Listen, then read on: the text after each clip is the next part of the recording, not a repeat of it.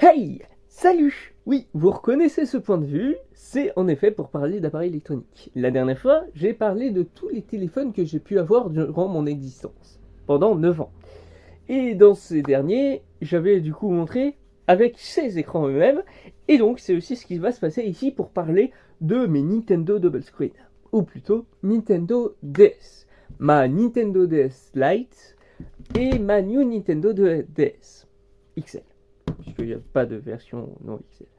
Du coup, nous y voilà, nous allons parler de celle-ci dans leur fiche technique. Et j'espère que ça vous plaira et je vous raconterai, bien entendu, des petites anecdotes croustillantes que j'ai eues avec ces appareils.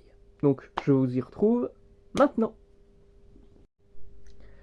Et ben, nous y voilà donc, oui, vous pouvez peut-être le voir, nous sommes maintenant sur l'écran de la Nintendo DS Lite, mais sachez-le, non, il ne semble rien avoir au-dessus de moi là. Mais c'est normal, c'est que c'est pas encore le cas. Et il y aura aussi toutes les informations qui seront à disponibilité. Justement, comme le fait que la console a été créée sortie le 23 juin 2006. Et ça, c'est bien entendu en France. Et on peut le remarquer que elle s'appelle Nintendo DS Lite parce que c'est une version inférieure de la Nintendo DS classique qui était sortie un peu plus tôt. Et c'est surtout parce que sa taille change et tout. Et j'avoue que c'est un poil mieux par rapport à la Nintendo Switch Lite où ils ont vraiment retiré le principe de Switch. Enfin bref, pour tout ça, dans le truc qu'il y a à savoir, c'est par exemple pour ses dimensions, c'est du 133 fois 73,9 pardon, fois 21,5. Son poids est de 218 grammes. Vraiment, bah, je le ressens pas trop. Oui, je vais peut-être la casser.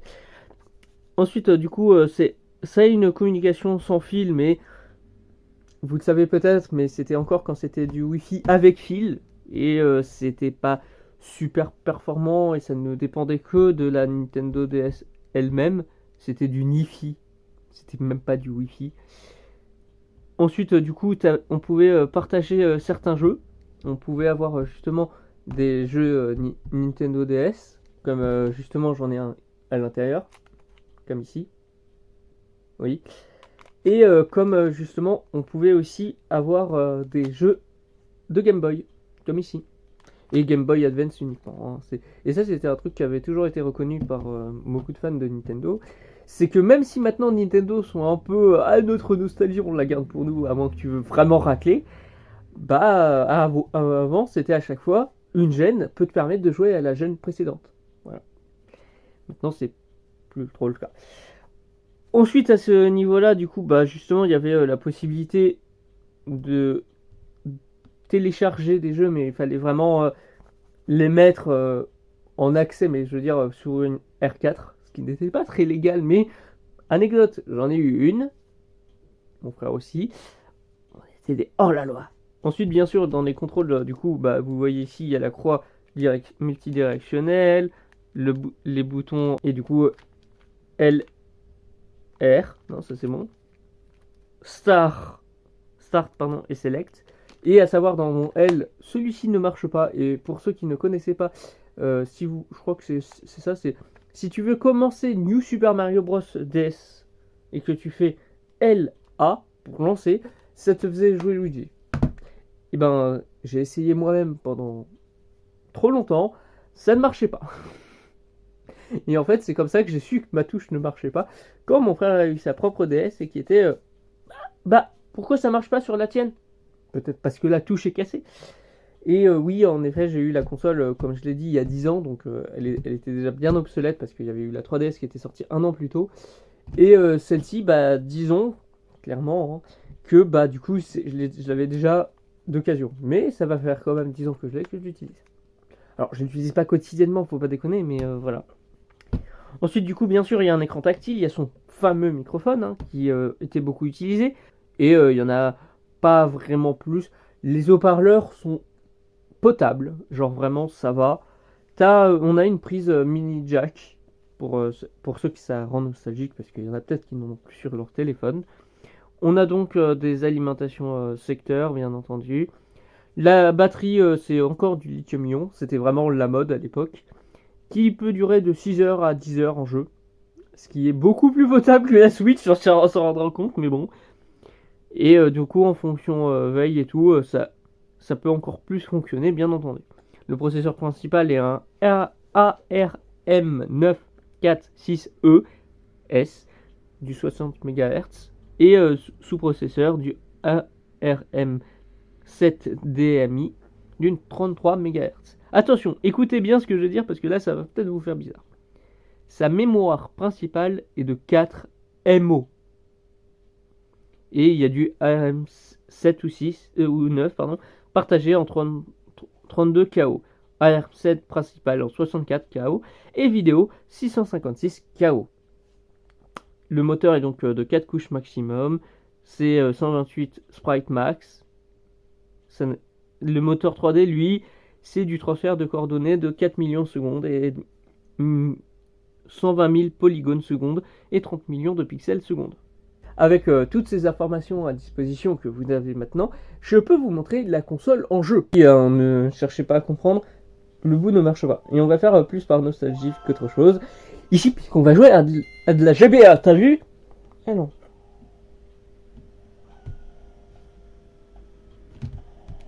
Ah bah oui, c'était pas tactile à l'époque. Hein.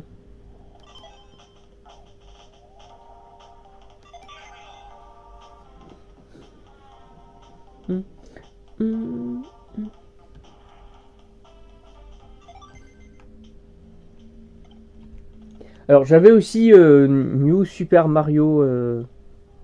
non, pas New, du coup. Super Mario Bros 3 dessus. Voilà. Donc, autant montrer en New au hasard. Hein.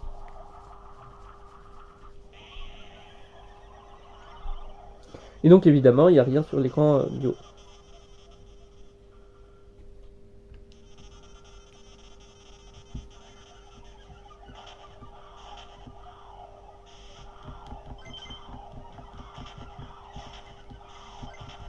Comme vous voyez, ça y joue de manière native, hein, donc évidemment.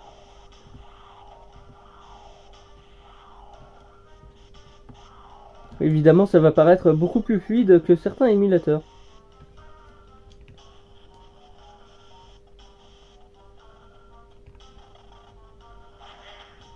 Oh non. Bon, on va... Ah non, il va me tuer, non, si ça continue, non, il faut que j'évite ça vite. Oh non, il m'a tué. Quel dommage. Voilà.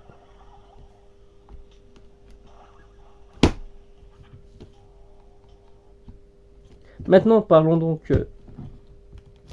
d'un jeu Nintendo DS, parce que nous sommes sur une Nintendo DS. Non, je ne vais pas souffler, putain. Oui, je suis un génie, je décide de jouer à Mario Kart, hein, vraiment. On va faire l'émission parce que c'est vraiment le truc le plus génial.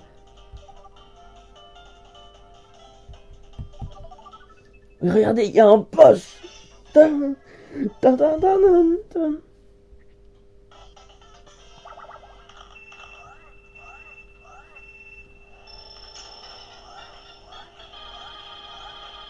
Non, il ne va pas m'avoir lui aussi, non.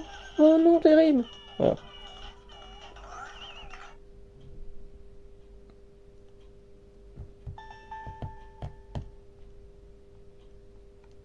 Maintenant ici, du coup, parlons de toutes ces options aussi.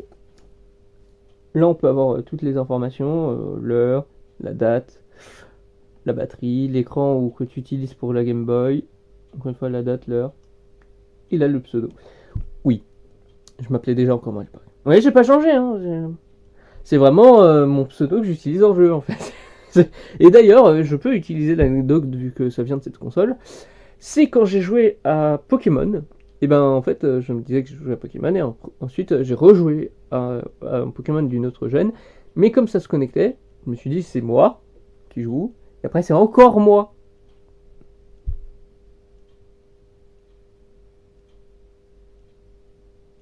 Ouais, c'était pas. Enfin bref, du coup c'est resté quand même. Ici du coup vous avez une horloge, genre vraiment. Mais genre vous pouvez vous faire un réveil. Pas à 13h30, non.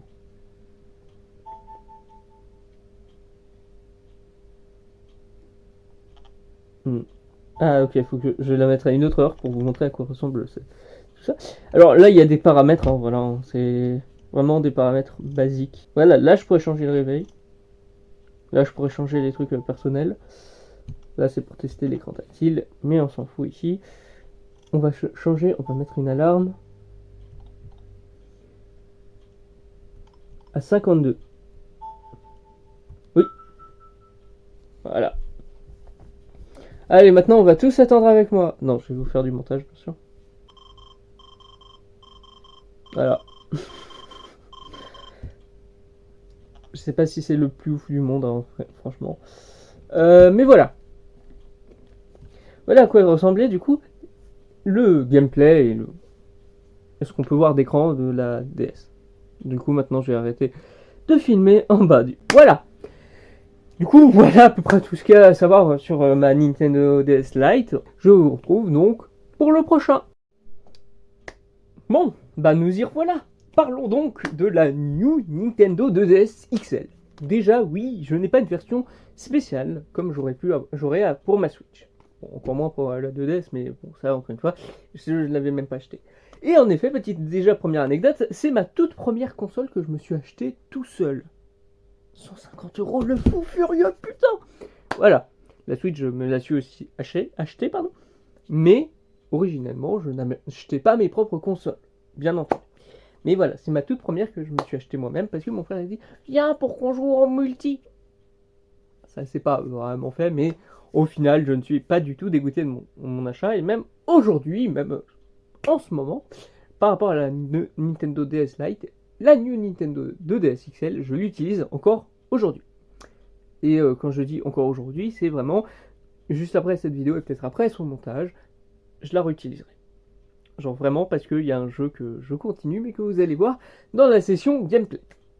En tout cas, du coup, pour parler de tout ça, nous avons donc bien entendu le fait de faire d'abord les caractéristiques. Et donc, nous allons parler de toutes ces caractéristiques principales. Nous avons un processeur ARM11, une fréquence du processeur de 533 GHz, une puce graphique DMP PISA 200, des boutons de tranche bien entendu ici, qui sont aussi multidirectionnels, et des boutons de face, du micro SDHC comme lecteur de carte mémoire, du support de l'infrarouge n'étant pas existant, une webcam, ça dépend si vous voyez que ça c'est une webcam ou non. Je sais pas si on peut vraiment parler d'une webcam, mais bon. Il y avait pas de gyroscope, un accéléromètre et un micro intégré, mais il y avait pourtant bien un micro intégré et un appareil photo intégré, et aussi du coup des cartes de réalité augmentée. Je vais pas montrer celle-ci parce que ça serait comme faire un room tour et genre vraiment je fais c'est bon. Ce serait pas super intéressant parce que oui, ma chambre est grande, mais le bordel que j'y ai fait la rend très condensée. Ensuite, du coup, au niveau de l'affichage, c'est 12,4 cm. Le nombre d'écrans, du coup, il y en a bien sûr deux. Il y a un seul écran tactile, encore une fois, celui du bas. Et l'écran en 3D n'est pas là, parce que c'est la 2DS. Voilà. Et du coup, définition native, 400 x 240. C'est toujours très bas. Imaginez que du coup, sur cette console, il y avait eu YouTube.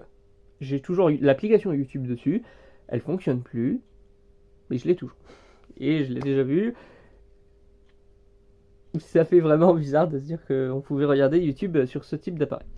Ensuite, du coup, la largeur du coup, de tout ça, c'est 16 cm, l'épaisseur, c'est 2 cm, et la profondeur, 8,6 cm. Et ensuite, du coup, le poids avec batterie, c'est 256. Et genre vraiment, je fais pareil qu'avec l'autre, mais ça, franchement, ça va. Et encore plus ça va.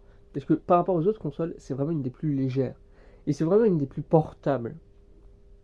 Mais bon, c'est même peut-être pour ça que c'est une de mes consoles portables préférées. Même plus que la Nintendo Switch, malgré tous les jeux que j'ai dessus.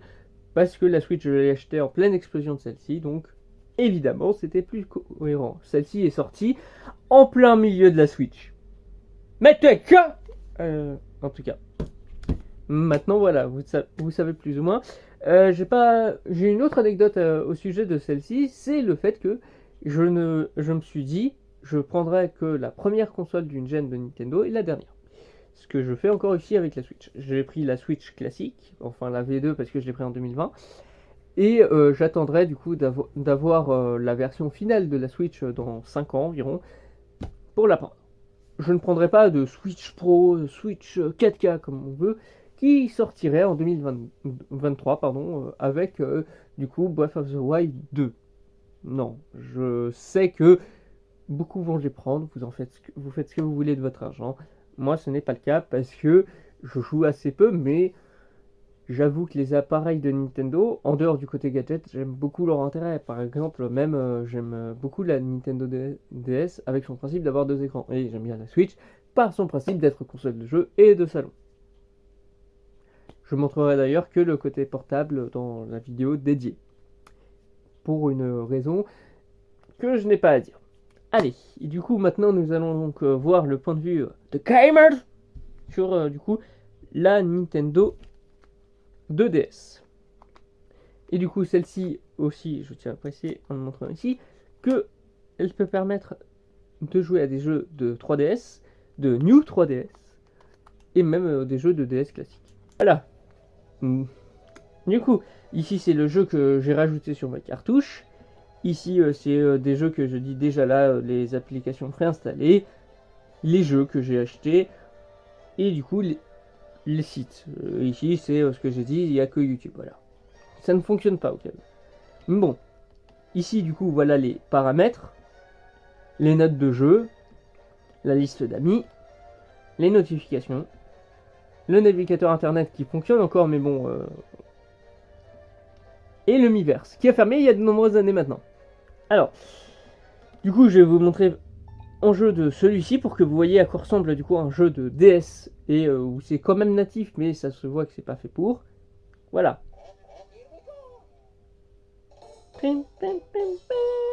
L'écran du bas s'adapte complètement, mais pas celui du haut, comme on peut le voir ici. Ça essaye de reprendre celui-ci. Bon. Et là encore, je vais juste montrer peut-être les cinématiques, voilà. Mais sachez que ça tourne complètement quand même. Hein. Ça, il n'y a aucun problème. Oui, je vous montre avec une cinématique, mais je pense que vous me faites confiance. Voilà. Donc ça, c'était pour un jeu de DS. Et oui, du coup, on peut pas aller sur le menu Home avec. On est obligé de quitter le logiciel. C'est un deuxième truc qui, certes, si c'est natif, ça ne reconnaît pas... On peut pas faire complètement tout ce qu'on pourrait faire avec des jeux de 3DS. On va faire un joueur puisque je suis tout seul. Bah c'est bon. Ah ok.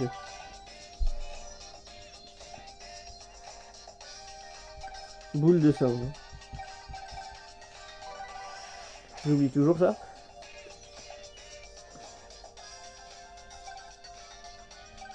Allez, on va faire un entraînement, faut pas déconner. Je sais, j'ai oublié qui sont les persos, donc on va oublier. Je sais même plus qui c'est, hein, donc... Ah, peut-être que c'était noté en haut, je peux même pas vérifier. Allez. Allez, go, go, go, go. Alors. On va faire un pas circulaire. Hein. Parce que le capteur de mouvement, ça serait un peu compliqué à filmer. Ah, j'en ai marre qu'il faut appuyer là. Parce que c'est pas très pratique à une main. Pim, pim, pim, pim, pim.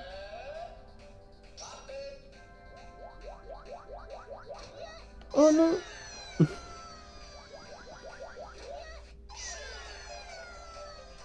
Je suis si nul que ça. Enfin bref, du coup. Non, je t'ai dit stop. Passons donc à un jeu qui est celui auquel je joue beaucoup en ce moment et qui est exclusif à la version New Nintendo, les consoles New Nintendo plutôt. Et je vais vous le cacher parce que du coup comme ça vous allez le découvrir avec le son.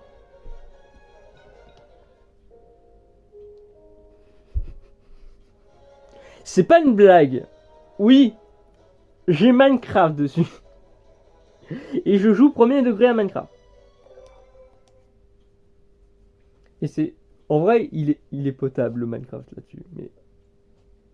Mais vraiment, j'aime beaucoup Minecraft, donc il fallait que je prenne. Je sais, même une petite anecdote. Je l'ai sur absolument toutes les consoles qui puissent l'avoir. Minecraft. Voilà. Sachez-le. Comme ça, moi, c'est fait.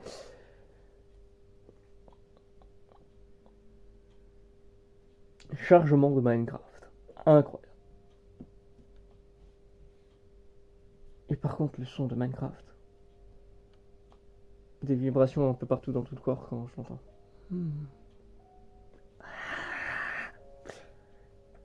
Juste après cette vidéo, j'ai joué en fait. Oui, j'ai pris le skin Peach parce que je trouvais marrant. On va faire un nouveau monde Mario.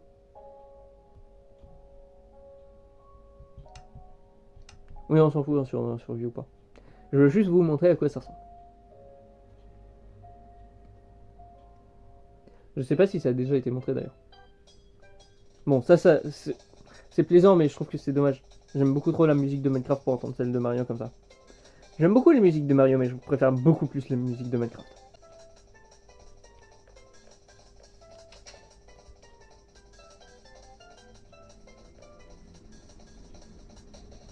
Oui, hein, c'est la même map qu'il y a sur Switch, sur Wii U, etc.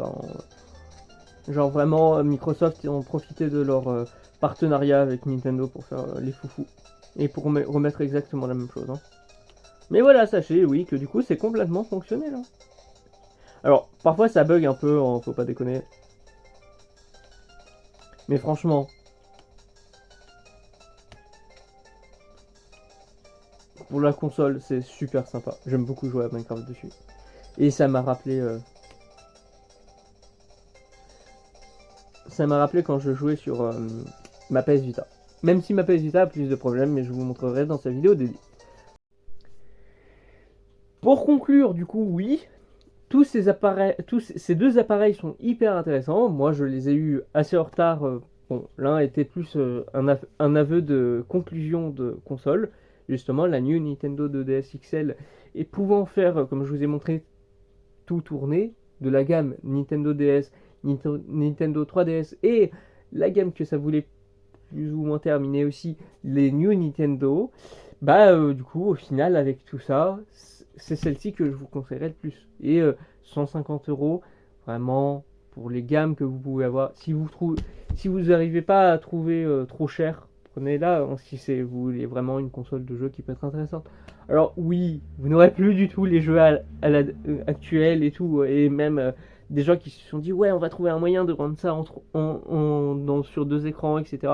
Comme ça a été pour GTA ou des trucs comme ça, des petites pépites que je ne vous montrerai pas du coup.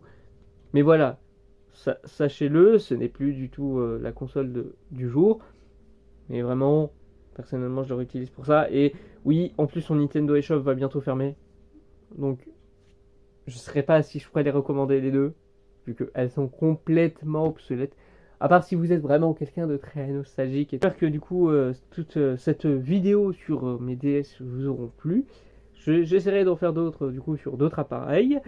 Et donc en même temps, oui, le Crosshair VMU continue et j'espère qu'il vous plaît encore. Et je vous dis donc au revoir. Bye!